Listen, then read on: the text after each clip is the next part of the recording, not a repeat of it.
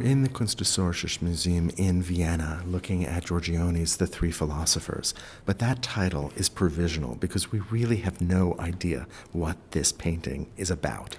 These figures clearly represent something. They're each so very distinct in their gestures and the way that they look and how they're dressed and what they hold that there must be a key, but we don't know what it is. So let's take a look at what Giorgione is offering us and see if we can't figure this out at least a little bit.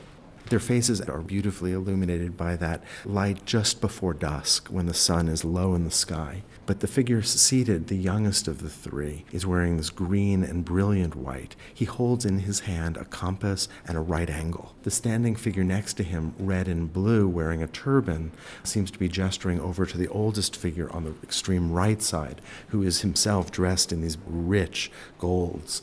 He holds a compass in his left hand and a drawing in his right. And that drawing seems to have on it a sun, perhaps a moon, some geometric diagrams.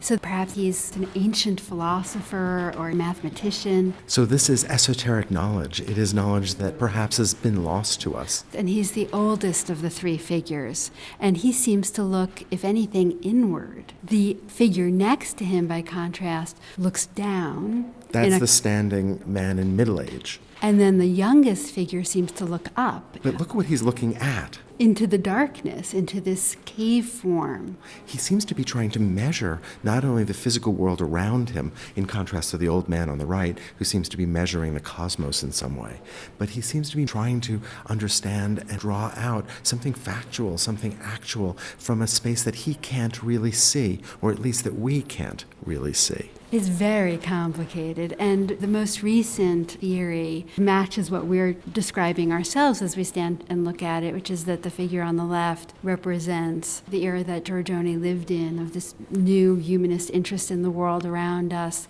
that the figure in the center, who looks like he's wearing foreign clothing, may represent the Islamic world and the way that they preserved ancient Greek and Roman knowledge, and the figure on the far right may represent that philosophy of ancient Greece and Rome. Other competing theories take these figures as the three great monotheistic religions, Christianity, Islam, and Judaism. Another theory is that they represent three specific philosophers. We really don't know. We know that Giorgione did work for aristocratic patrons in Venice, and they seem to have preferred a new type of subject, and often we really can't determine what those were. They're not the standard Christian subjects. Well, right. They're not enacting a narrative. They're not enacting a biblical story. They're not representations of mythic figures. In a sense, they seem to be referencing a set of ideas, and that is more elusive, and thus it's lost to us. So even though we can't determine the specific meaning, we can still really enjoy the painting. The composition is so interesting because they are pushed over to the right. They occupy less than half the canvas,